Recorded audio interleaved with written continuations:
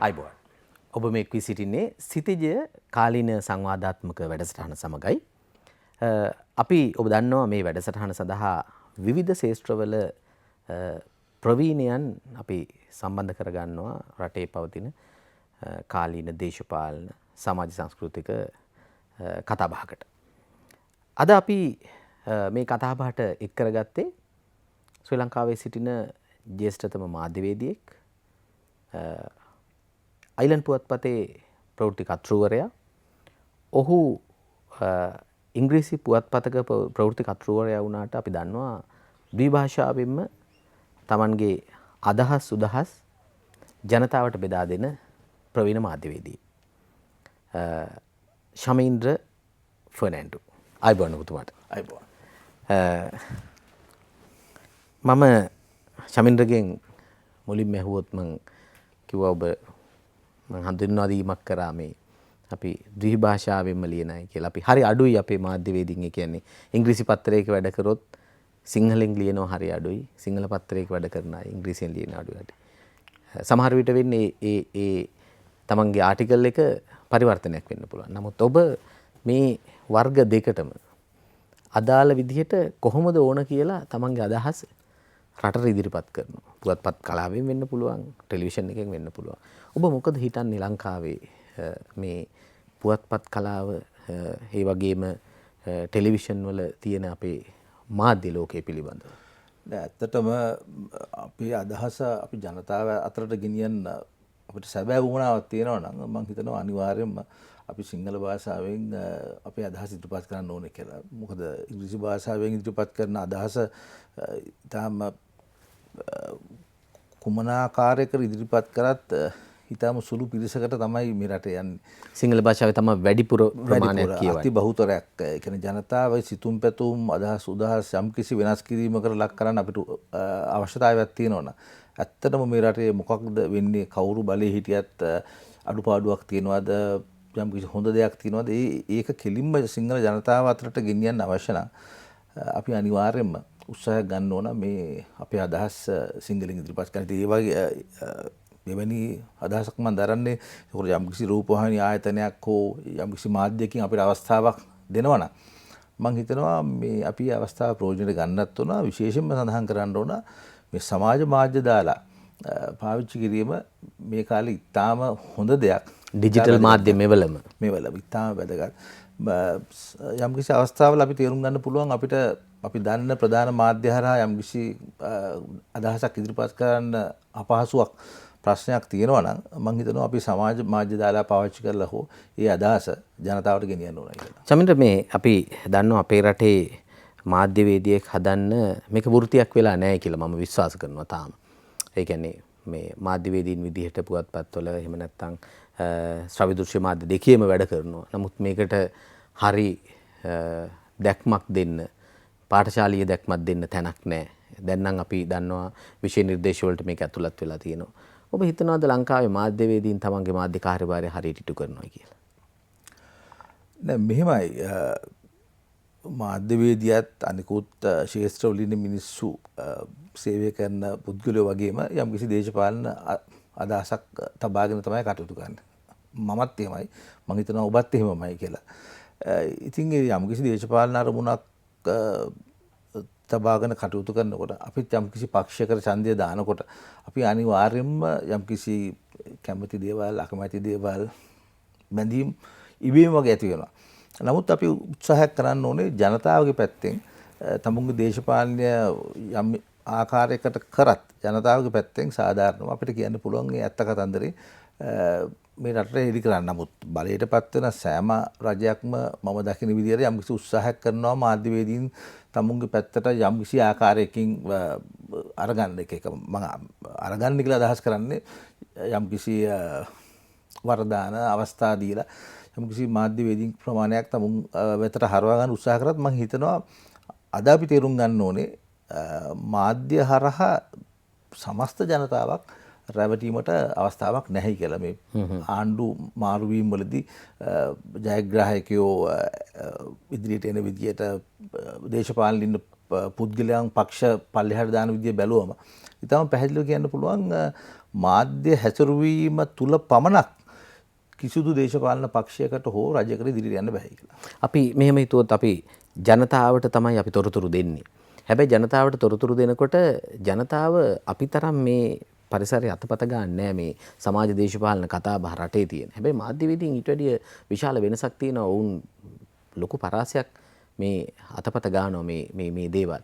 ඇයි ඔවුන් තවමත් මධ්‍යස්ථව ඉඳලා කතා කරන පිරිසක් අපිට හදාගන්න බැරි වෙලා තියෙන්නේ? මම ඔබට ඒ චෝදනාව කරන්නේ නැහැ. මොකද අපි දන්නවා ඔබ බොහොම මධ්‍යස්ථව තමන්ගේ අදහස් ප්‍රකාශ කරනවා. අපිට ඇයි මේ වගේ පිරිසක් හැදෙන්නේ නැත්තේ?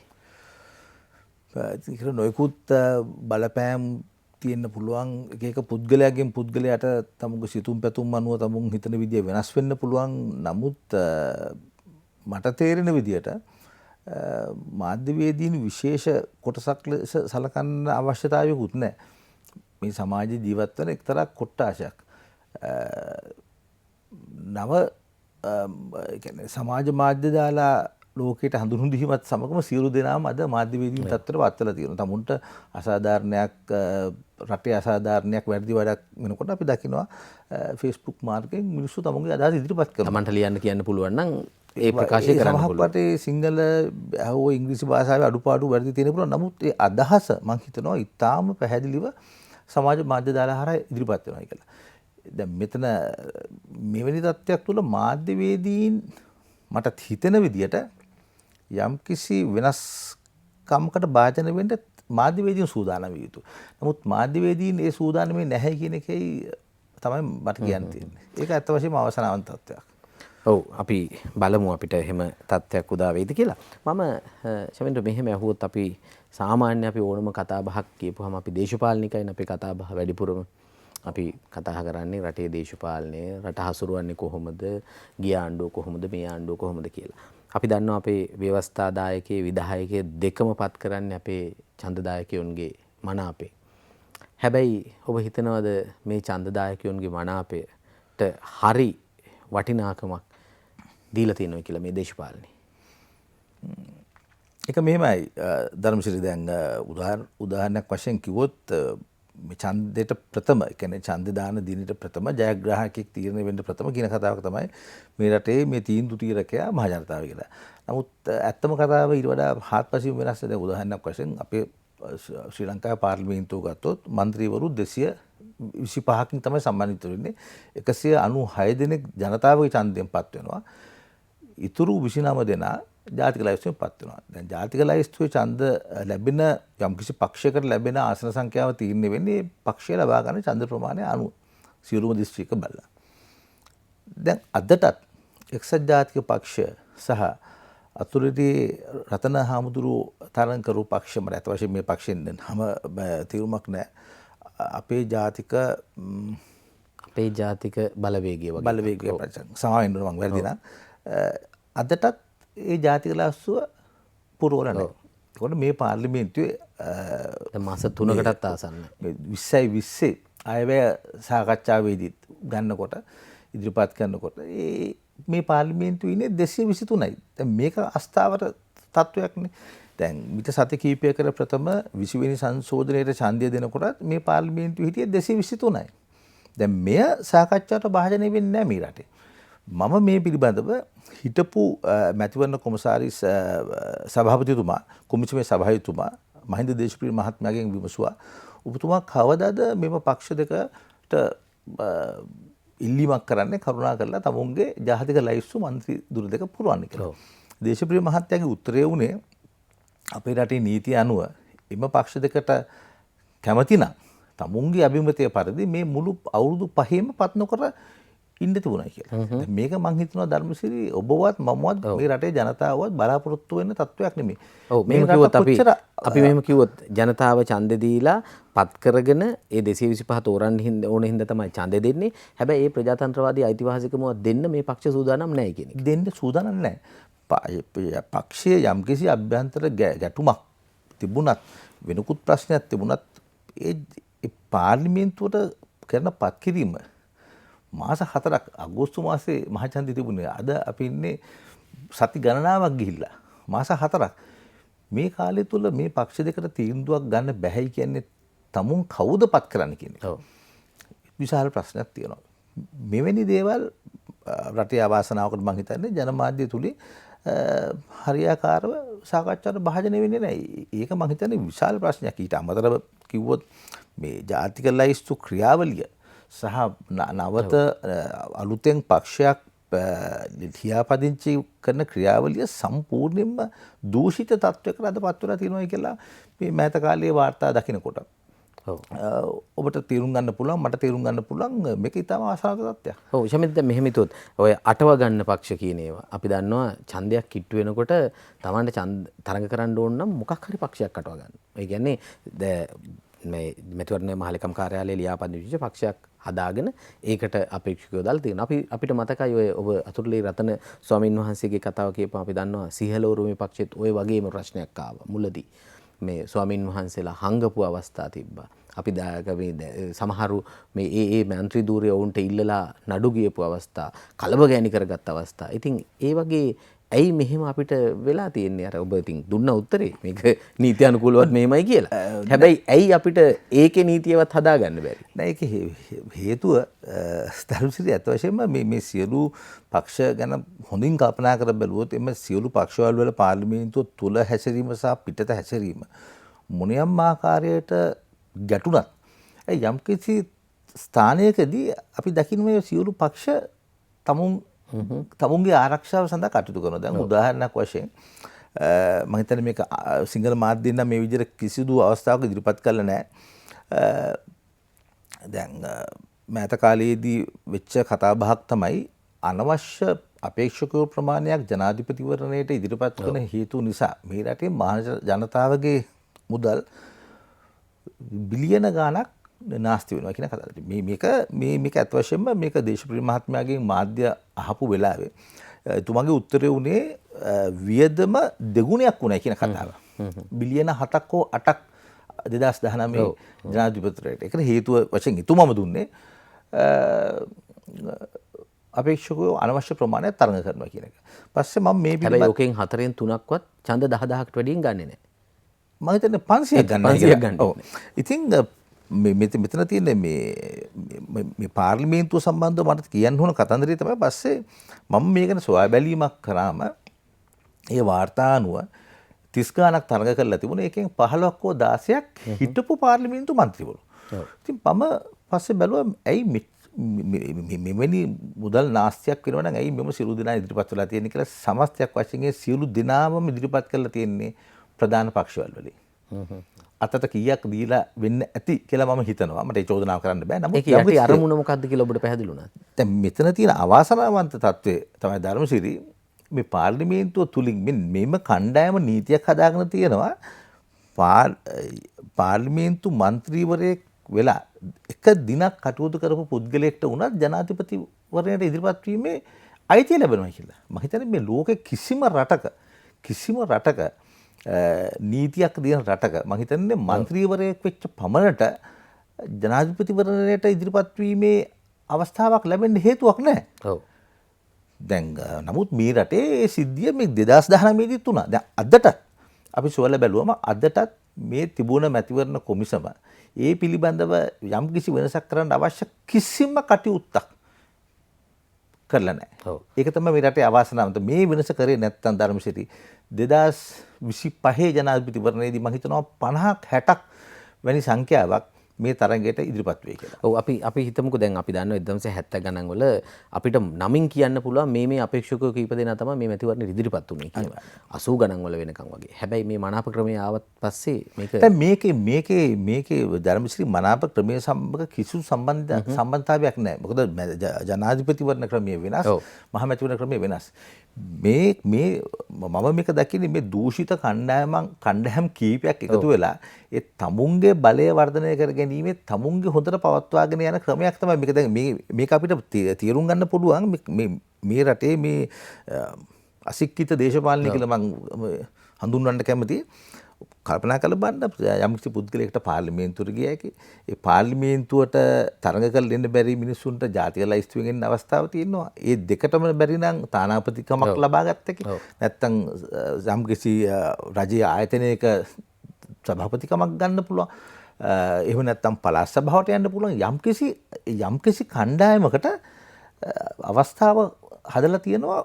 යම් ඒ රටේ මහජන මුදලින් දිගින් දිගටම පවුල් පිටින් යැපෙන්න මම හිතන්නේ ලෝකෙ කිසිම තැනක විශේෂයෙන්ම මේ ආර්ථිකයේ අන්තිම බිඳුවට වැටලා තියෙන මේ අවස්ථාවකවත් මේ මිනිස්සු ක්‍රමය වෙනස් කරන්න නැහැ කියන එක පැහැදිලි. ඔව් අපි මෙහෙම හිතමුකෝ දැන් මේ කාරණේ දන්නෝ මේ දේශපාලඥයොත් දන්නවා ජනතාව ටිකක් දන්නවා. හැබැයි මේක කාලයක් තිස්සේ මෙහෙම තිබ්බට ඔය ව්‍යවස්ථා සංශෝධන වලට එන්න ඕනේ හරි විදිහට නම් ජනතාව වෙනුවෙන් නම් මේ වගේ දේවල් නේද? ඒ කියන්නේ ජනතාව මුදල් නාස්ති කරන මේ ක්‍රමවේදය කඩා බිඳලා දාපු මේක දැන් ඔබ කියන විදිහට තවමත් മന്ത്രിවරු දෙන්නෙක් පත් වෙලා නැති ආණ්ඩුවක් තමයි අපි ගෙනියන්නේ. දැන් මේක මෙහෙම නේද ධර්මසිරි කල්පනා කරලා බලන්න මේ ක්‍රමය කොච්චර මේ රටට අහිත කරයිද කියලා. මේ පාර්ලිමේන්තුව තුල ඒ සියලු පක්ෂ එකතු වෙලා තීන්දුව తీරන ගන්නවා තමුන්ගේ වාසිය. දැන් උදාහරණයක් වශයෙන් පාර්ලිමේන්තුව විසිරුවා හැරියත් ඒ മന്ത്രി කොල්ලන්ට ඊළඟ ඡන්දෙ වෙනකන් මාදිවර නිවාසයේ හිටියකි. ඒක මම දෙන එක උදාහරණයක් පමණයි. ඒ කියන්නේ ඒ තමුන්ගේ කණ්ඩායම ඒ මහජන නියෝජිතෝ කියන කණ්ඩායමට අත වශයෙන්ම පාර්ලිමේන්තු മന്ത്രിකම කප්රුකක් කිව්වොත් මම හිතන්නේ මම වැරදක් අසාධාරණයක් කරන්නේ ලබා ගන්න බැරි දෙයක් නෑ. දැන් මේ මෑතකදී පෞද්ගලික රූපවාහිනී නාලිකාවක සිරස නෙවෙයි වෙන නාලිකාවක වෙච්ච සංවාදයකදී එක മന്ത്രിවරයෙක් තව മന്ത്രിවරයෙක්ට චෝදනා කරනවා ඔබතුමා පොලිසිය බාර ඇමති වෙලා සිටිනකොට ඔබතුමාගේ ගෙදර නිවසේ කසිප්පු මෙරුවයි කියලා. ඔව්. අනිත් මන්ත්‍රීවරයා ඇමතිවරයාට චෝදනා කරා එතුමාගේ නම සඳහන් කළා එතුමා බොරුළු කපන්න ඒ දිස්ත්‍රික්කයේම ප්‍රසිද්ධයි කියලා. ඉතින් මේ මහජන නියෝජිතයෝ දෙන්නේ දැන් වාදෙත් ඇවිල්ලා තියෙන්නේ එතනට. අත වශයෙන්ම කල්පනා කරලා බලන්න අපි දැන් අවුරුදු ගණනාවක් තිස්සේ දකින සිහින බලාපොරොත්තු මේ රටේ සාමාන්‍ය ජනතාවට කිසිම දෙයක් ලැබිලා නැහැ නේද? කිසිම දෙයක්. මේ රැවටීමෙන් වංචාවෙන් බොරුවෙන් මේක දිගින් දිගටම ගෙනියනවා. මේකට යම් ආකාරයකට ධර්මශීලී මාධ්‍යත් වග කියන්න ඕනේ. අපිත් අඩුපාඩු තියෙනවා. ඒ වගේම මේ රටේ කතාව ඇත්ත වශයෙන්ම හරියට ජනතාව ඉදිරියට කියන්න අවස්ථාවක් විශේෂයෙන් පෞද්ගලික මාධ්‍ය හරහා ලබා දුන්නත් එන්න මිනිස්සු ඒ කතාව හරියට කියනවත් කියන එක පිළිබඳ ප්‍රශ්නකුත් තියෙනවා. මොකද මේ රටේ කතාව ඉදිරියට යන්නේ නැහැ කියන එක ඊටම පැහැදිලි. හොඳයි. මම විරාමයකට කලින් ඔබතුමන්ගේ එක ප්‍රශ්නයක් අහන්නම්. දැන් ඔය වගේ කරුණු කාරණා හදාගන්න රටක් විදිහට අපි කියනවා රටේ විද්වතුන් ඉන්නවා. මේ සමාජ කතිකාවතක් තියෙන පුද්ගලයෝ ඉන්නවා. මැතිවරණයකදී අපි දන්නවා 20 ගැන කතා කරපු මිනිස්සු 19 ගැන කතා කරපු මිනිස්සු. හැබැයි ඔබ කිව්ව ඔය වගේ වටිනා අදහසක් කතා කරලා සංවිධානය වෙලා මේක රජයකට බලපෑම් කරන්න කණ්ඩායමක් නැද්ද අපිට? මේමයි ධර්මශ්‍රී දැන් ඔය සිවිල් සංවිධාන නැත්නම් කතා කරලා මේ කතා බහෙන් මේක ඉවර වෙනවා. නෑ මම හිතනවා අපි රජයකට බලපෑමක් කරන්න බැරි වුණත් යම් කිසි ආකාරයකට මෙම වැඩසටහන් වලට සවන් දෙන සාමාන්‍ය ජනතාව මම හිතනවා සිංහල බෞද්ධ සිංහල කතෝලික සාමාන්‍ය ජනතාව ඇත්ත වශයෙන්ම යම් කිසි දෙයක් තේරුම් ගන්නවා. ඒ හින්දා මේ රටේ යම් කිසි වෙනස්කම් වෙන බව අපිට පේනවා. නමුත් ඉහළම තත්ත්වය වෙනස් කරන්න බැරි හේතුවක් තමයි මේ සිවිල් සංවිධාන කියන සංවිධානත් යම් කිසි දේශපාලන පක්ෂයත් එක්ක සම්බන්ධ වෙලා තමයි කටයුතු කරන්නේ. ඒකේ මම වරදක් දකින්නේ නැහැ. ඒක සම්පූර්ණ අයිතිය තියෙන ඒගොල්ලන්ට. නමුත් අපි තේරුම් ගන්න ඕන ධර්මසිරි කොච්චර සාධාරණ තාමත්ම හොඳ ක්‍රමවේදයක් පාර්ලිමේන්තු ක්‍රමය වෙන්න පුළුවන් පළාත් සභාවේ ක්‍රමය වෙන්න පුළුවන් ඕනෑම ක්‍රමවේදයක් කොපමණ හොඳට තිබුණත් එක පුද්ගලයෙක්ට පුළුවන් මේ සම්පූර්ණ තත්ත්වය කහන පිට හරවන්න. දැන් කල්පනා කර බලන්න ඇමරිකාවේ ඡන්දය ගත්තොත් ඇමරිකන් ඡන්ද ක්‍රමය ඊටාම සාධාරණ ඊටාම සුදුසුම පුද්ගලයා තෝරගන්න ක්‍රමයක්. නමුත් පරාජිතයා ඔව්. ඉතාම බරපතල පරාජයක් ලැබුව පරාජිතයා මම පැරදුන්නේ නැහැ මම තාමත් දිනයි කියනවා මම යන්නේ තාමත් නැහැ කියන සත්‍යයකට වැඩි කාලයක් ගිහිල්ලා එවැනි තත්ත්වයක් තුල කිසිදු ක්‍රමයක් පිළිබඳව විශ්වාසයක් තවන්න බැරි තත්ත්වයකට මේ අපේ රටේ ජනතාව විතරක් නෙමෙයි මුළු ලෝකෙම තත්ත්වය මේකයි කියන්නේ අපේ පාර්ලිමේන්තුව හැසිරෙන විදිය අපිට තේරුනොත් ධර්මශේරි ඊටම කනගාටුදායකනේ මම පොඩි උදාහරණයක් දෙන්නම් මේ මෑතකදී ඔක්තෝබර් මාසේ 21 වෙනිදා මේ වසරේ පාර්ලිමේන්තුවේ වෙච්ච සිද්ධියක් මේ මන්ත්‍රී තුමා සම්බන්ධව පෞද්ගලික තරහකින්වත් වෙන මොකටවත් නෙමෙයි මම මේ සිද්ධිය කියන්නේ මම මේක තේරුම් ගන්න සුදාශිනී ප්‍රනාන්දුපුල්ලේ මැතිනිය ප්‍රකාශයක් කරන පාර්ලිමේන්තුවේ රිෂාඩ් බද්රුදීන් මන්ත්‍රීතුමාට පාර්ලිමේන්තුවට ගේන්න විදියක් නැහැ හේතුව එතුමා අත්අඩංගුවේ පසු වෙන්නේ එතකොට නිරෝධායන නීති වලට එතුමා යටත් වෙන හින්දා සති දෙකක් යනකම් පාර්ලිමේන්තුවට එන්න බැහැ කියලා. ගරු කතානායකතුමා ඒ සුදාශිනී ප්‍රනාන්දුපුල්ලේ මැතිනියගේ ප්‍රකාශය පිළිගන්නවා. නමුත් ඊට පැය 3-4ක් යන ඉස්සෙල්ලා පක්ෂ නායකයෝ රැස් වෙලා මහලේකම්තුමාට නියෝගයක් දෙනවා. නියෝගයක් ඉල්ලීමක් කරනවා එතුමගෙන් රිෂාඩ් බද්රුදීන්ව පහුවෙන්දට පාර්ලිමේන්තුවට ගේන්න කියලා. දැන් මේ පැය 4-4මාරක් තුල මෙවැනි තීන්දුවක් වෙනස් වෙන්නේ කොහොමද? එතකොට ඒ කිව්ව විදිහට පහුවෙන්දා එතුමා එනවා පාර්ලිමේන්තුවට. එතුමා පාර්ලිමේන්තුවට ඇවිල්ලා එතුමාගේ මම හිතන පක්ෂ 4 දෙනෙක් ඉන්නවා. කොටසක් විපක්ෂයට ඡන්දෙ දෙනවා කොටසක් ආණ්ඩුවට ඡන්දෙ දෙනවා. දැන් මේක තමයි මේ ලංකාවේ ප්‍රජාතන්ත්‍රවාදය. කොහොමද මේක වෙන්නේ? මේක ඉතාම හොඳ උදාහරණයක් අපිට තේරුම් ගන්න මේ රටේ දේශපාලනය අන්තිම බිඳුවට වැටලා තියෙනවා කියන එක. ඒ කියන්නේ කවුද තීන්දුව తీරන ගන්න? කවුද පිටස්තර බලවේගයක් හස්තයක් තියනවාද තීන්දුව తీරන ගන්න පුළුවන්? ඒ කියන්නේ කතානායකතුමා කිව්ව කතාවේ එතුමම වෙනස් කළා අපිට ප්‍රවෘත්ති නිවේදනයක් ලැබෙනවා නම් පැය 2-3ක් ඇතුළත. ඊට පස්සේ තමයි ඊට පසුව වෙන තමයි පාර්ලිමේන්තුව දවස් 2කට වහනවා කියන්නේ. දැන් අද වෙනකොට මේ අපි කතා කරනවා නාවික හමුදා පොකුර, බ්‍රැන්ඩික්ස් පොකුර, මිනුවන්ගොඩ පොකුර, පෑලියගොඩ පොකුර, මාධ්‍ය පොකුරකුත් පොඩි විදියට හරි හැදුනා. මේක තමයි අත්ත කතන්දරේ. මේක කවුරු හරි කියන්න ඕනේ. එතකොට පාර්ලිමේන්තුවට වෙන නීතියකුයි රටේ ජනතාවකට වෙන නීතියකුයි තියෙන්න පුළුවන්ද කියන එක විශේෂයෙන්ම අහන්න ඕනේ. මේ පාර්ලිමේන්තුවේ මේ අයවැය ඉදිරිපත් කරන දවස සම්බන්ධව පාර්ලිමේන්තුව කරපු විශේෂ ප්‍රකාශයක්. ඒ ප්‍රකාශය සියලුම මාධ්‍ය වලට එවලා තිබුණා. ඒකේ සඳහන් වෙනවා හරි පුදුම කතාවක්. ඒකේ ඒ ප්‍රකාශයේ සඳහන් වෙනවා අයවැයෙන් පසුව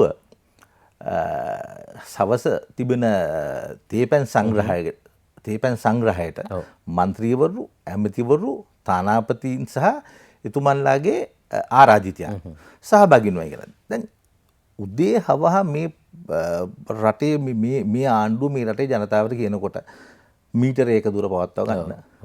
මුණු ආවරණය එකතු වෙන්න එපා. අවශ්‍යම නම් පමණක් මිනිස්සෙට මලගයක්, මවුල්ගයක්, කිසු දෙයක්, ඒ කියන්නේ ආගමික වතාවන් කිසි දෙයක් ගන්න බෑ. දැන් මේ තේපැන් සංග්‍රහයක අවශ්‍යතාවය තියෙනවද කියන එක පිළිබඳව මම හිතන්නේ මේ රටේ ලොකු ඒක ඉතාම සුළු දෙයක්. අපි දන්නවා ඔය තේපැන් සංග්‍රහය මොනවත් තීරණ ගන්න තැනක් නෙමෙයි. නිකන් සාකච්ඡා කළා සාම්ප්‍රදායික විදිහට ඒකක් දීලා යවන එක. නමුත් මේක නවත්තන්න පුළුවන්. මේක නවත්තන්න පුළුවන්. එතකොට මේ සියලු දූෂණ වංචා නාස්ති කිරීම වෙන රටේ අඩු ගානේ මේ පාර්ලිමේන්තුවට මේ වෙනස පෙන්වන්න බැරිද කියන එක මට මේක ඇත්ත වශයෙන්ම මිනිස්සු දැනගන්න ඕනේ. මම හිතන්නේ මේ රටේ මිනිස්සු නීතිය පිළිගන්නෙත් නැත්තේ තත්ති තත්ත්වයට පත් වෙලා තියෙන්නේ මේ වගේ දේවල් හින්දා වෙන්න නැති. හොඳයි. විරාමයකින් අනතුරු අපි යලිත් මේ සංවාද වැඩසටහන සමග එක් වෙනවා.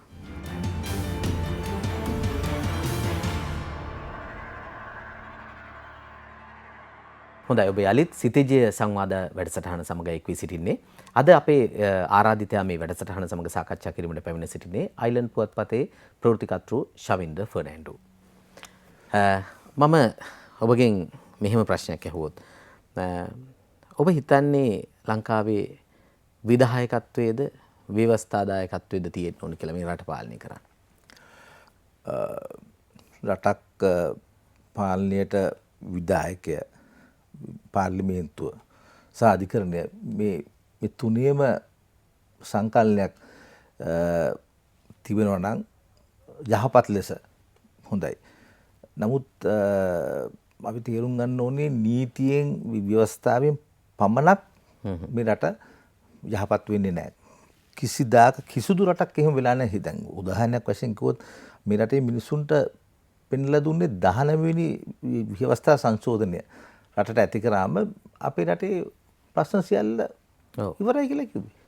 නමුත් ඒ ගෙනාවු කණ්ඩායම 2015 පෙබරවාරි මාසයේ 2010 මාර්තු මාසයේ මහ බැංකුව මංකොල්ල කාලා මම හිතන්නේ ඔබතුමාලාගේ ආයතනයේ පිළිබඳ විශාල කාර්යභාරයක් කරා මේක එළියට ගෙන්න. ඒක තමයි තත්ත්වය. දැන් මේ කණ්ඩායම අපිට ඊයේ පෙරදා වෙනකම්ම පෙන්ලා දුන්නේ 20 ගිනාවම සියල්ල සම්පූර්ණයි. නමුත් ව්‍යවස්ථාවකින් හෝ නීතියකින් පමණක් රටක් වෙනස් කරන්න බෑ. අත් වශයෙන්ම පාලකයෝ යහපත් නම් රටේ සාමාන්‍ය ජනතාව දකින පුද්ගලයෝ රට මෙහෙවන පුද්ගලයෝ පොලිසිය හමුදාව ඉහළ නිලධාරීන් සාධාරණව කටයුතු කරනවා කියලා පේනවනම් නීතිය එකට සමට එකයි කියලා පේනවනම් මිනිස්සු අත් වශයෙන්ම මිනිස්සු මම හිතනවා මිනිස්සු මීට මේ තියෙන තත්ත්වයට වඩා හොඳ ආකාරයකට හැසිරෙයි කියලා. සමහර මෙහෙමනේ දැන් අපි ජයවර්ධන මහත්මයාගේ පාලන කාලයෙන් පස්සේ අපි කිව්වා මේක බොහොම දරදඬු පාලන ක්‍රමයක් තියෙන මේ විධායකයට සියලු බලතල ගොනු වෙලා තියෙන්නේ මේක යන්න බෑ කියලා තමයි කාලයක් තිස්සේ තිබ්බ කතිකාවත් කීපයකින් පස්සේ නැවත ඔබ කියන විදිහට 2015 මේ ක්‍රමය වෙනස් කරගත්තා. ඒක එහෙමම නෙමෙයි. දැන් අපි මේ රටේ ජනතාව අමතක කරන දෙයක් තියෙනවා. මට තේරෙන විදිහට මට ලොකු අත්දැකීම් නෑ. මම දී අයිලන්ඩ් පුවත්පතේ අවුරුදු 33ක් දැන්ට සේවය කරලා තියෙනවා. මම දන්න විදිහට මට තේරෙන විදිහට මේ විධායකයද එහෙම නැත්නම් ව්‍යවස්ථාදායකයද වඩා යහපත් වඩා අසාධාරණ කියලා අපිට තීරණ ගන්න බෑ. ඒකට හේතුව දෙන්න පුළුවන් හොඳම උදාහරණය තමයි ජයවර්ධන මහත්මයාගේ අතේ තිබුණ පාර්ලිමේන්තුව එතුමා පාවිච්චි කරලා 1977න් පස්සේ නැවත මේ රටේ මහමැතිවරණයක් තියෙන්නේ 1989. ඔව්. එවැනි ඉතාම අපි ජාතියක් වශයෙන් ලැජ්ජ වෙන්න ඕන පාර්ලිමේන්තු ක්‍රමයක් තියෙන රටක් තමයි මේක. අද කවුද මේ ගැන කතා කරන්නේ? ඔව්. ඔබතුමා කල්පනා කරලා බලන්න 1977 සිට 83 තියෙන්න තිබුණ මහාචන්දය කල් දාන්නේ 82 ජනමත විචාරණයක් තබලා 1989ට කල් දානවා. ඔව් ඒක තමයි මම කිව්වේ. දැන් අපි අවස්ථා දෙකක් මේක උරගා බලලා තියෙනවනේ. දැන් ඒ ක්‍රමයේ වෙනස් කරගත්ත අපි 2015ට එනකොට යම් තාරක් දුරට මේ විධායක බලය කියන එක අඩු කරගෙන යන්න පුළුවන් කියලා. ඔබම කිව්වා හැබැයි ඒකත් අපි දැක්කා ඒකට වෙච්ච දේ. ඒ 19 වෙනි ව්‍යවස්ථාවත් එක්ක ආපු. හැබැයි 20 වෙනි ව්‍යවස්ථා සංශෝධනයක් නැවත එනකොට ආයෙත් අර ජයවර්ධන මහත්තයා හදපු එකේ අඩු වැඩි එකතු වෙලා යම හදාගෙන ඉන්නවා. හැබැයි අපි දැන් මෙච්චරලා කතා කරපු සියලු දේවල් වලට අපිට මේ දෙකෙන්ම විසඳුමක් ගන්න බෑ කියන එකද ඔබ කියන්නේ? අනිවාර්යයෙන්ම. මම කියන්නේ පාලකයෝ දේශපාලන පක්ෂ යහපත් වෙනකන් නීති මොන ආකාරයට ආවත් ඒ නීතිය දැන් මම මේ විදිහට කිව්වොත් වඩා මම හිතන්නේ මේ මිනිසුන්ට මේක හිතේ වඩා හොඳයි කියලා. දැන් මේ පොලිසිය නැමුවයි කියනවනේ. නීතිය නැමුවා. නීතිය නැමුවයි කියලා ඒ අපහාසය අපහාස කරන්නේ හිටපු පොලිස්පතිතුමාට. පූජ්‍ය ජයසුන්දර මහත්තයාට. නමුත් මේ රටේ සියලු දෙනාම නීතිය නමනවා. නීතිය නමන් නැති රටක නම් මට කියන්න ජනාධිපතිතුමාට බලයක් තියෙන්නේ කොහොමද කියලා උසාවියෙන් වැරදිකරුවෙක් කරපු පුද්ගලෙක්ට නිදහස දෙන්න. ඔව්. සාධාරණද? ඔව්. ජනාධිපතිවරයා කවුරු වුණත් උසාවියකින් වැරදිකරුවෙක් කරපු පුද්ගලයෙකුට ජනාධිපති සමාවක් දීම සාධාරණද? හැබැයි කිව්වොත් විධායකයේ මුක්තිය තියෙනවා කියලා. දැන් අසාධාරණයි. මේක ධර්මශ්‍රී මේක නීතිය පිළිබඳ ප්‍රශ්නයක් නෙමෙයි. මේක යහපත් කල්පැවැත්ම යහපත් පාලනයක් තියෙන රටක යම් කිසි පුද්ගලයෙක් අපේ රටේ අධිකරණයෙන් වැරදිකරුවෙක් කරොත් ජනාධිපතිතුමාට කොහොමද බලයක් දෙන්න පුළුවන් ඒ පුද්ගලයා එළියට දාන්න? නීතිය කොහෙද තියෙන්නේ? යම් කිසි පුද්ගලයාට අසාධාරණයක් වුණා නම් යම් කිසි ක්‍රමවේදයක් තියෙන්න ඕන ඒ පුද්ගලයාට හෝ වෙනවත් පාර්ශ්වයකට අධිකරණයටම කරු දක්වන්න. මේ ක්‍රමය වැරදි. සියලු ජනාධිපතිවරු මේ ජනාධිපති බලය අයුතු ලෙස පාවිච්චි කරනවා කියන අත් වශයෙන් මේක. දැන් උදාහරණයක් වශයෙන් මට කියන්න පුළුවන්. 2015 මහ බැංකු මංකොල්ලේ සම්බන්ධව ඩියුගුණසේකර මහත්මයාගේ වාර්තාව කෝප් කමිටු වාර්තාව කෝප් කමිටු වාර්තාව 2015 ජූනි මාසේ 27 වෙනිදා තමයි පාර්ලිමේන්තුවට දාන්න තිබුණේ. 26 වෙනිදා රෑ ජනාධිපතිවරයා පාර්ලිමේන්තුව විසිරුවා හරියා. ඔව්. දැන් මේ බලය අයුතු ලෙස පාවිච්චි කිරීමක්. ඒ කියන්නේ මේක යම් එවකට හිටපු ජනාධිපතිවරයාගේ අඩුපාඩුවක් දකින්නට වඩා මම කියන්න කැමති මේ ක්‍රමය වෙනස් වෙන්න ඕන. මේ ජනාධිපති ධූරයට අගමැති ධූරයට පත්වන්නේ මේ රටේම පුරවැසියෙක්. හැබැයි ඔය ක්‍රමේ වෙනස් වෙයි කියලා නේද මිනිස්සු ලොකු විශ්වාසයක් තියලා ගෝඨාභය රාජපක්ෂ මහත්මයාව පත් කරගත්තා. හැබැයි දැන් සමාජයේ කතිකාවතක් තියෙනවා මේ පාලන ක්‍රමයේ යම් දුර්වලතා තියෙනවා කියලා. ඔබ විශේෂයෙන් සඳහන් කරලා තියෙනවා විශ්වවිද්‍යාල සංශෝධනයේ තිබ්බ දුර්වලතා. ඔය අපි විගණනයේ රාජ්‍ය විගණනයන් තිබ්බා. ඊට පස්සේ අපි දන්නවා ද්විත්ව පුරවැසි භාවයේ වගේ දේවල්.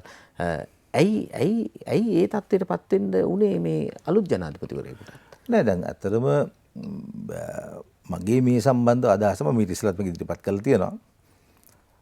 මම මෙහි දැක්ක ඊටාම සාධනීය කාරණය තමයි 145ක් වුණු පෝට්ටු පක්ෂයේ පාර්ලිමේන්තු කණ්ඩායමේ යම් කිසි කොටස ශක්තිය තිබුණා ඒකට විරුද්ධ වෙන්න. මම හිතනවා විශ්ව වෙනස් කිරීමට හේතු ප්‍රධානම හේතුව පාර්ලිමේන්තුවේ විපක්ෂය විරුද්ධ වීමට වඩා ශ්‍රී ලංකා පොදු ජන පෙරමුණේම පාර්ලිමේන්තු කණ්ඩායම සහ මනෝහර සිල්වා මහත්තයා, ගුරුදාස අමරසේකර මහත්මයා, එතකොට පාර්ලිමේන්තු කටයුතු කණ්ඩායමේ හිටපු ගෙමිදු කුමාරතුංග, විමල් වීරවංශ වැනි മന്ത്രിවරු මේකට විරුද්ධ වුණා. හැබැයි වැඩක් නැහැ නේ උත්සාහය පළදරුවේ නැහැ නේ අවසානයේ. නමුත් ඔවුන්ගේ එක යෝජනාවක්වත් මේක ඇතුළට වෙනස් කරගන්න බැරි වුණානේ. වෙනස්කම් කීපයක් ඉතාමත් කීපයක් වුණා. නමුත් ද්විත්ව පුරවැසි බල සන්දේක එහෙමමයි. නමුත් සාධනීය වෙනස්කම් කිරීමට මේ රජයට සිදු වුණා. එහෙම වුණ නැත්නම් මම හිතන ඉතාම අවාසනාවන්ත තත්වයක් නැත් වශයෙන්ම විශ්ව තිබුණ සැටින් නම් මේ රටේ මිනිසුන්ට පිළිගන්න බෑ. ඒ කියන්නේ මේ ඉතාම දූෂිත රාජ්‍ය මුදල් අවභාවිතා කරන පාර්ලිමේන්තුව මුදල් පිළිබඳ කිසිම වටිනාකමක් නැති විදිහට කටයුතු කරන රටක රාජ්‍ය විගණනය විනාශ කරලා දානවා කියන එක මම හිතන්නේ වෙන ගහන අපරාධයක්. ඒක මේ රටේ මිනිස්සුන්ට පිළිගන්න බෑ. ඒක මේ රටේ ආණ්ඩුවට තේරෙන්න ඕනේ. ආණ්ඩුව මම දන්නේ මේක කොහොම මේක පැහැදිලි කරන්නද කියලා මේ ඉතාලම හොඳට ඉන්න කණ්ඩායම් බලය ලැබුණාට පස්සේ අත වශයෙන්ම ඒ හැසිරීම සම්පූර්ණ වෙනස් වෙනවා.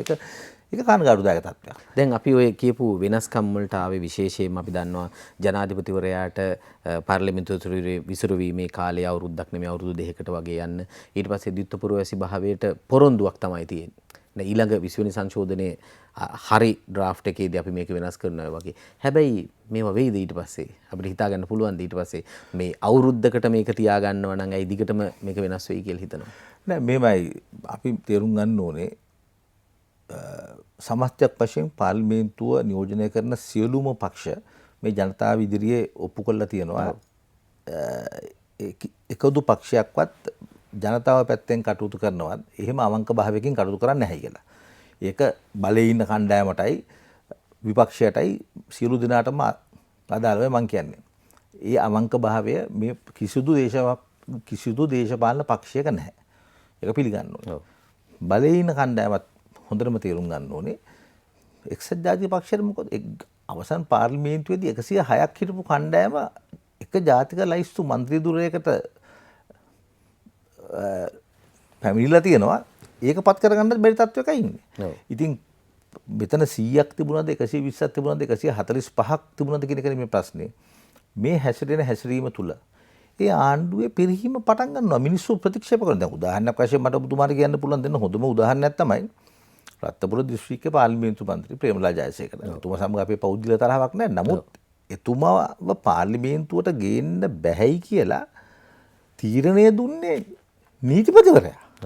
ඒක මේ සමගි ජන බලවේගයවත් සජිත් ප්‍රේමදාස මහත්තයාවත් ජවිපේවත් කිව්ව කතාවක් නෙමෙයි. නීතිපතිවරයාගෙන් බන්ධනාගාර කොමසාරිස්තුමා විමසීමක් කරාම ප්‍රේමලා ජයසේකර මන්ත්‍රීවරයාට පාර්ලිමේන්තුවට යන්න අවස්ථාවක් තියෙනවද? ගෙනියන්නද? අපේ රටේ මේ සම්බන්ධව නීතියක් නැහැයි කියලා ඒකත් පුදුම තත්ත්වයක්. මේ නීතිය පාර්ලිමේන්තුවේ තියෙන්නේ නීතිය ජාවත් කාලිනය කරන්න. මේ පාර්ලිමේන්තුව ඒකවත් කරලා නැහැ. දැන් ඒ ප්‍රශ්නේ බන්ධනාගාර කොමසාරිස් ජෙනරාල්වරයා විමසුවම එතුමා විමසන්නේ අධිකරණ අමාත්‍යාංශයේ ලේකම්තුමාගෙන්. ලේකම්තුමා නීතිපතිවරයාගෙන් ඒ සම්බන්ධව අදහසක් විමසුවම නීතිපතිවරයාගේ පිළිතුර තමයි ගෙනියන්න බෑ. ඉතින් නීතිපතිවරයා කිව්වට පස්සේ අහපව් අධිකරණයකට ගොස් ඒ අධිකරණයේ මාර්ගයෙන් ප්‍රේමලාල් ජයසේකර පාර්ලිමේන්තු මන්ත්‍රීවරයා දියුරුම් දුන්නම මේ රටේ මිනිසුන්ට එන අදහස තමයි නීතිපතිවරයා නීතිය දන්නේ නැද්ද කියලා. මට එහෙම කියන්න අයිතියක් නැහැ. නමුත් සාමාන්‍ය මිනිස්සෙක්ට එන අදහස තමයි නීතිපතිවරයා ඇයි එහෙනම් යන්න එපයි කියලා කිව්වේ. ඉතින් මෙවැනි ප්‍රශ්න තියෙනවා. එතකොට මං හිතන්නේ මේ පාර්ලිමේන්තුව මිනිසුන්ගේ විශ්වාසය දිනා ගන්න ඕන. සියලු ජනතාවගේ සිංහල බෞද්ධ, සිංහල කතෝලික, මුස්ලිම්, දෙමළ, ද්‍රවිඩ කතෝලික සහ හින්දු සියලු ජාතිකයන්ගේ විශ්වාසය දිනා ගන්න ඒ ජාතිය නියෝජනය කරන පාර්ලිමේන්තු මන්ත්‍රීවරුන්ට තීරුබදු රහිත වාහන ගේන්නයි, ඒවා විකුණන්නයි, රට සවාරියන් රටේ මුදල් ටික නාස්ති කරන්නයි මේවා දීලා මේ රටේ මිනිස්සුන්ගේ ප්‍රශ්න විසඳන්නේ නැහැ. එතරම් ප්‍රශ්නේ තියෙන්නේ. ඔව්. දැන් මං ඍජුව කිව්වොත් ඔබ පවා විශ්වාස කරා මේ ආණ්ඩුව යමක් කරයි කියලා. අපි දන්නවා වසරයි ගිහිල්ලා තියෙන ජනාධිපතිතුමාගේ දුර කාලයටත් පාර්ලිමේන්තු දුර කාලයට නෙමෙයි ජනාධිපතිතුමාගේ දුර කාලයට. ඇයි ආණ්ඩුවට මෙහෙම වුනේ? නෑ මෙහෙම දෙයක් ඔබ ඔය කියන විදිහට. පරිපාලන මේ දුර්වලකමක්ද එහෙම නැත්නම් වෙනත් බලපෑමක්ද තියෙන්නේ? මේ මුළු කාලය තුලම විශේෂයෙන්ම මේ කොරෝනා සම්බන්ධ ප්‍රශ්නේ මේ රජයට විශාල ලෙස බලපෑම. හිතන එක කවුරු බලේ හිටියත් ඒක විශාල පසුබෑමක් වෙන්න හේතුවක් වුණා මේ කොරෝනා ප්‍රශ්නේ. ඔව් ඒක රජයකට දරන්න බැරි අපි හිතපු නැති දෙයක්. ඕනම රජයක්. ඔව්. නමුත් කියන්න ඕන දෙයක් තමයි මේ 20 වෙනි සංශෝධනය ගෙනල්ලා කරන්න ගිය වෙච්ච ඇත්ත වශයෙන් මේ ඒ කලබලයයි ඒ පොරොන්දු දීමයි ඒ සියල්ල අද අසාර්ථකයිද කියලා හිතන තරමටම මේ රට තියෙන විශාල අර්බුදයක.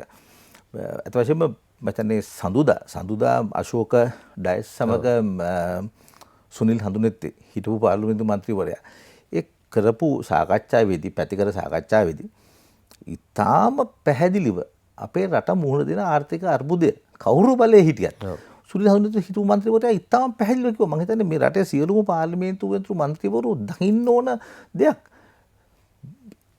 ඉතාම බරපතල ආර්ථික අර්බුදයක මේ රට තියෙන්නේ.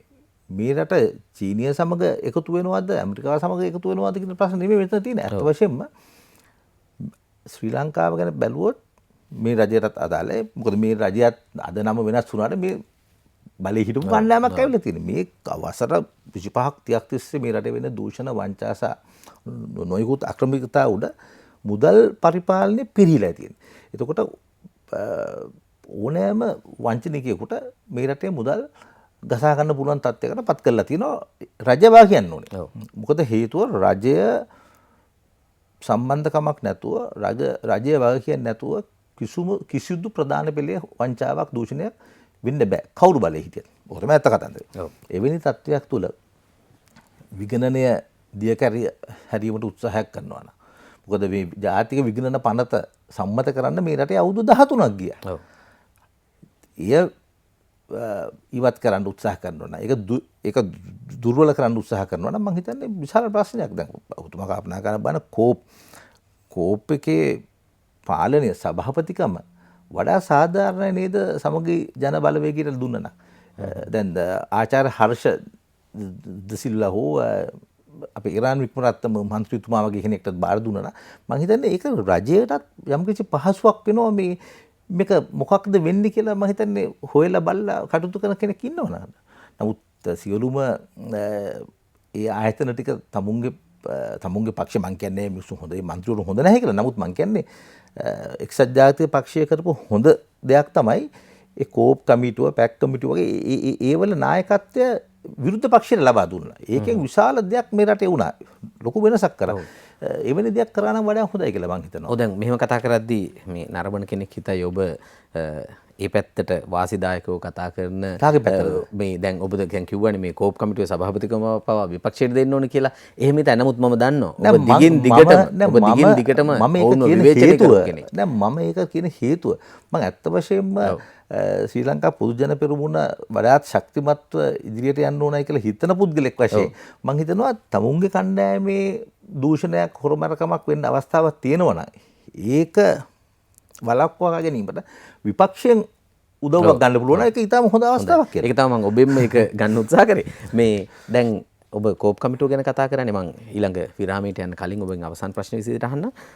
දැන් මේ කෝප් කමිටුවත් රිපෝට් විතරයි. අවසානයේ වාර්තා විතරයි. අපි දන්නවා මේකට කිසිම අවස්ථාවක මේකට චෝදනාවට ලක් වෙන පුද්ගලයෝ ගැන හොයන්න හරි කිසිම දෙයක් ඉදිරියට යෑමක් නැහැ. ඉතින් ඒකත් පරිපාලන එදුරුවලක් නේද? මෙහෙමයි කෝප් වාර්තා මත බාහිර පාර්ශව උසාවි ගොස් ජයග්‍රහණය කරපු අවස්ථා තියෙනවා. දැන් ජාතික රක්ෂණ සංස්ථාව විකුණු රක්ෂණ සංස්ථාව නැවතත් ජාතියට හිමි කර දුන්නේ එවැනි ක්‍රියාමාර්ගයකින්. නමුත් මං හිතනවා ඔබ කියන විදිය මම 100% පිළිගන්නවා ඒ කෝප් වාර්තාවක් මගින් එළියට එන දේ හේතුව කෝප් වාර්තාව හදනකොට ඒ වාර්තාව සදන්න ඒ අදාළ කණ්ඩායම්වල නියෝජිතයෝ සෑම දෙනෙක්ම සම්බන්ධ වෙනවා. ඒකෝර ඊටාම සවිස්තරාත්මක ඊටාම හොඳ වාර්තාවක් එන්නේ. ඒ වාර්තාව උඩ නීතිපතිවරයාට උසාවියට යන්න පුළුවන් තත්ත්වයක් තියෙන රටක්. එහෙම නමුත් අපේ රටේ අවාසනාවකට අපි ඉස්සෙල්ලා කතා කරපු විදිහට ජාතික ලැයිස්තුවේ පාර්ලිමේන්තු මන්ත්‍රී කෙනෙක්ට පත් කරන්න කාලයක් නැහැ. ඕනනම් ඊට අමතරව ජයග්‍රාහකය කරන පක්ෂයකට දියුරුම් දෙන්න නැතුව වුණත් ඉන්න පුළුවන් රටක් මේක. මේ පාර්ලිමේන්තුව ධර්මශ්‍රී අපේ ජනතාවක් වශයෙන් ජාති ආගම මොකක් වුණත් අපි මේ සතා මොකද්ද කියලා අපි හොඳට තේරුම් ගන්න ඕනේ. මොකද මේක පුදුම තැනක්. මෙතන නීතියක් නැහැ. මම දැක්කා මෑතකදී සජිත් ප්‍රේමදාස මහත්තයා අහනවා පවිත්‍රා මේ හැතිනියකින් පාර්ලිමේන්තුවට තියෙන නීතිය පිට තියෙන නීතිය ඇතුළට අදාළ නැද්ද කියලා. ඇත්තනේ. ඔව්. ඇත්ත. ඔව්. මුළු රටටම කියනකොට එකතු වෙන්න එපා වෙනම ඉන්නයි කියලා මේ තීපන් සංග්‍රහයක් පවත්වනවා නම් 300කට ආරාධනා කළා මම හිතන මොකක්ද අවශ්‍යතාවය? කාව සන්තෝෂ කරනවද මේ කරන්න කියලා ප්‍රශ්නේ තියෙනවා. හොඳයි. ඉතින් ඒ වෙනස ලබා දෙන්න මේ රටට අවශ්‍ය කරන වෙනස යහපත් වෙනස ලබා දෙන්න මේ පාර්ලිමේන්තුව දැන්ට නියෝජනය කරන මේ කණ්ඩායම අපොහොසත් වෙලා තියෙනවා. හොඳයි. තවත් විරාමයකින් අනතුරු අපි යලිත් මේ සංවාද වැඩසටහන සමග එක් වෙනවා.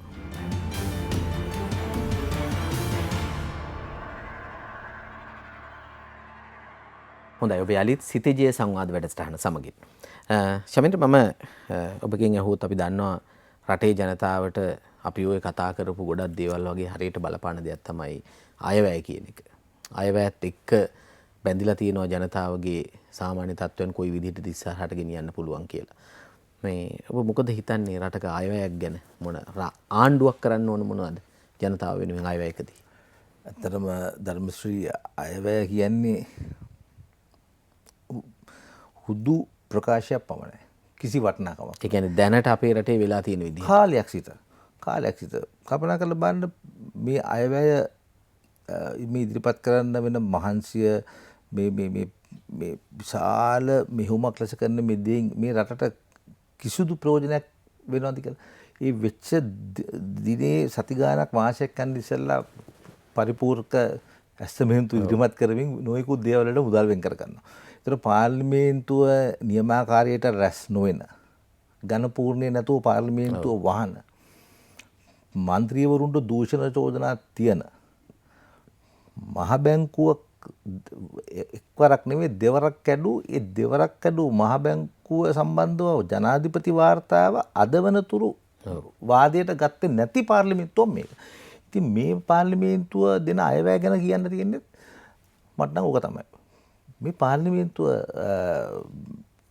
ධර්මශ්‍රී මම සාමාන්‍ය පුද්ගලයෙක් වශයෙන් බැලුවත් මේ රටවැසියෙක් වශයෙන් බැලුවත් අසාර්ථකයිනේ. ඇත්ත කතාව ඕකනේ.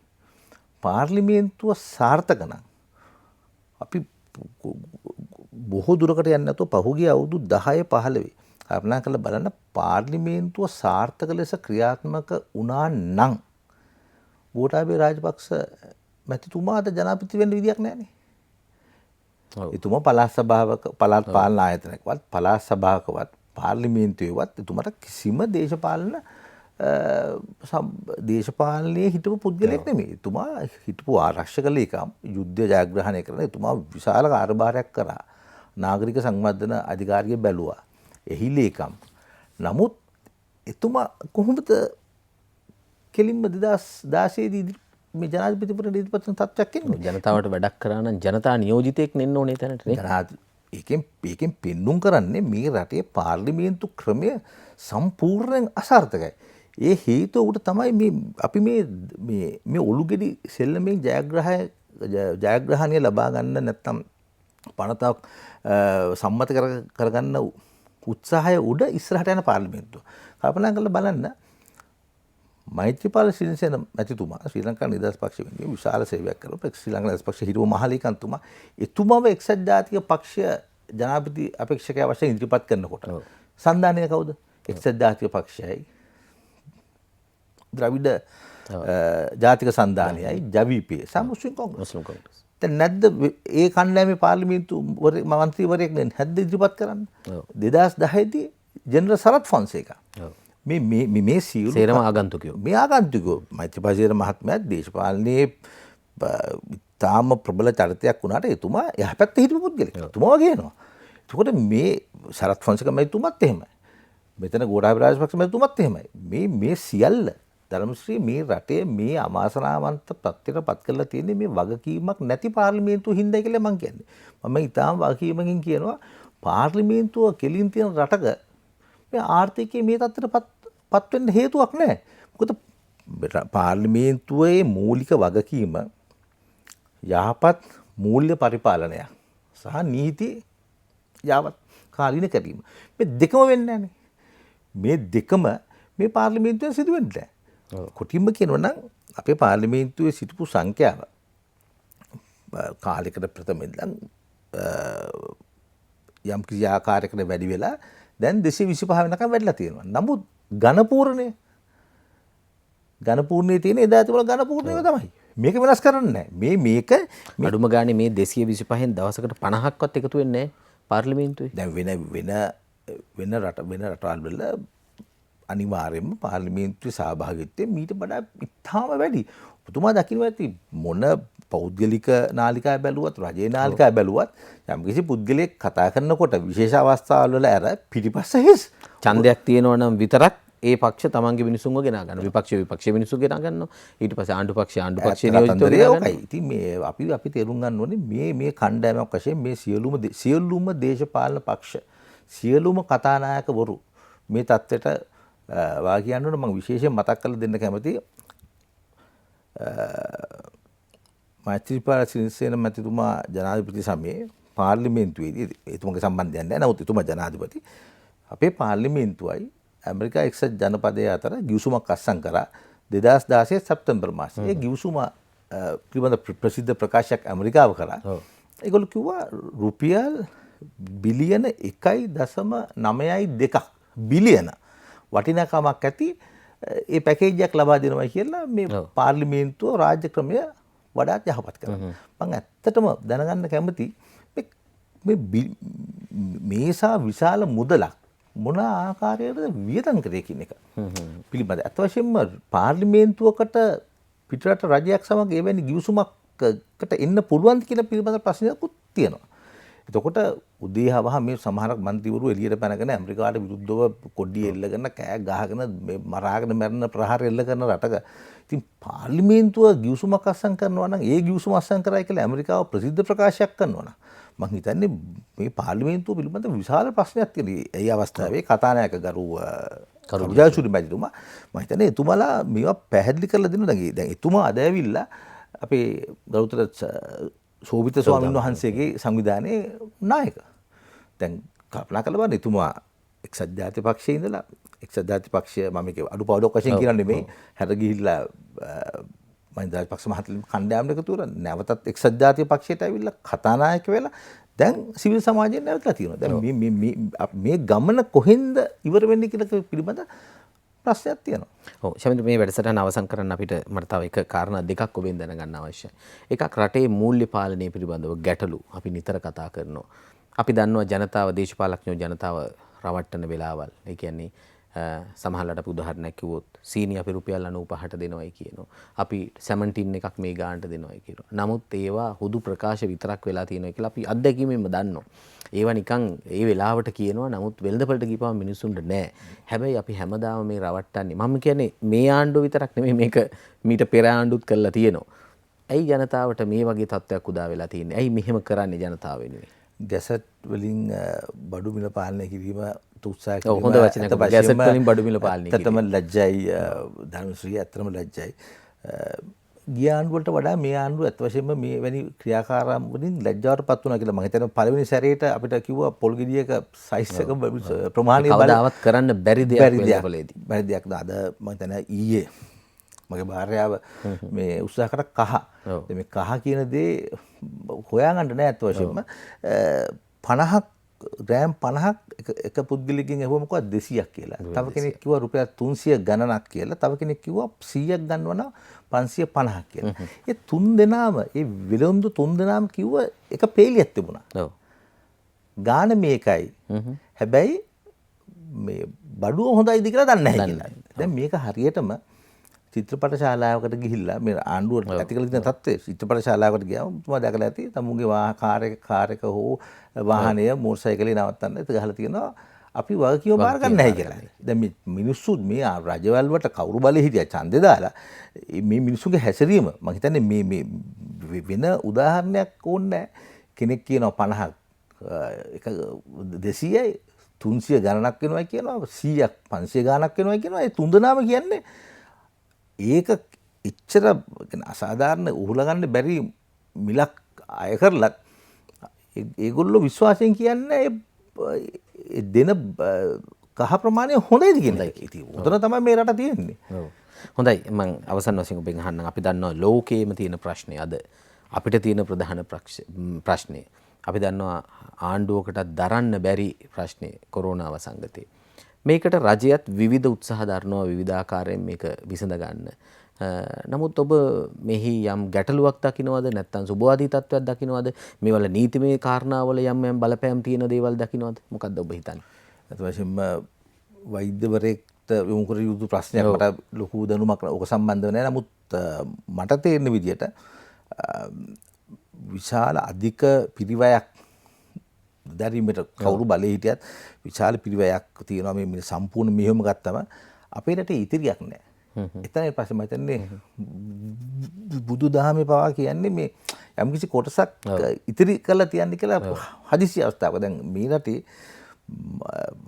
දේශපාලන පක්ෂවල වලටයි ඒගොල්ලෝගේ හිතවත්වරුන්ටයි සමග මේ නොයිකුත් ව්‍යාපාරකරුවන්ට සෑම දෙනාටම සහන දෙන්නයි මේ වගේ ඔක්කොම කපරාට පස්සේ මේ මහ ජනතාවට හදිස්සියක් වුණොත් මහ ජනතාව වෙනුවෙන් වියදම් කරන්න මුදලක් මේ රටේ නැහැ. මේක මේ ආණ්ඩුවේ ප්‍රශ්නයක් නෙමෙයි.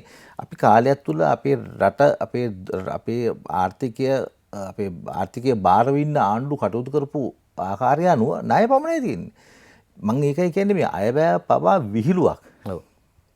නැති දෙයක් ගැන තමයි අපි කියන්නේ අපි මෙච්චර මේවල් වලට වියදම් කරනවා කියලා.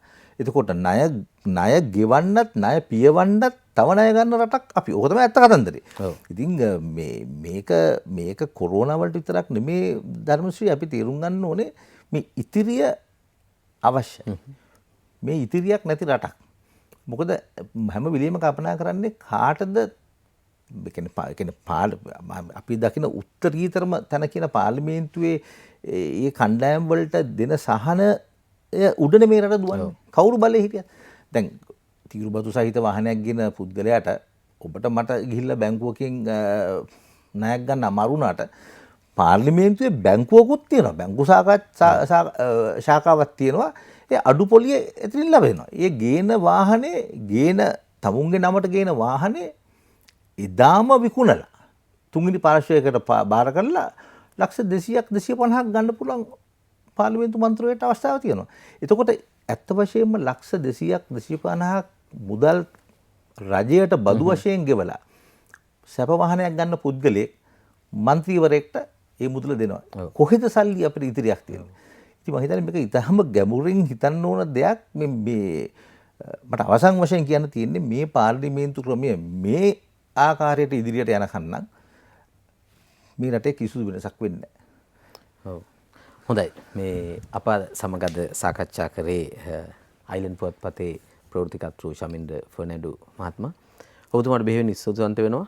සිතිජය සංවාද වැඩසටහන සමග එක් වෙලා අපි මේ සමග මේ අදහස් බෙදා ගැනීම පිළිබඳව අපිට කතා කරනවා නම් ගොඩක් දේවල් කතා කරන්න තියෙනවා.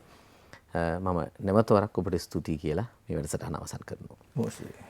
දැන් ප්‍රේක්ෂකීනි යලිත් දවසක අපි මේ වගේ හරබර සාකච්ඡාවකින් හමු වෙනතුරු සිතිජය කාලීන සංවාද වැඩසටහන මෙතකින් අවසන් කරනවා.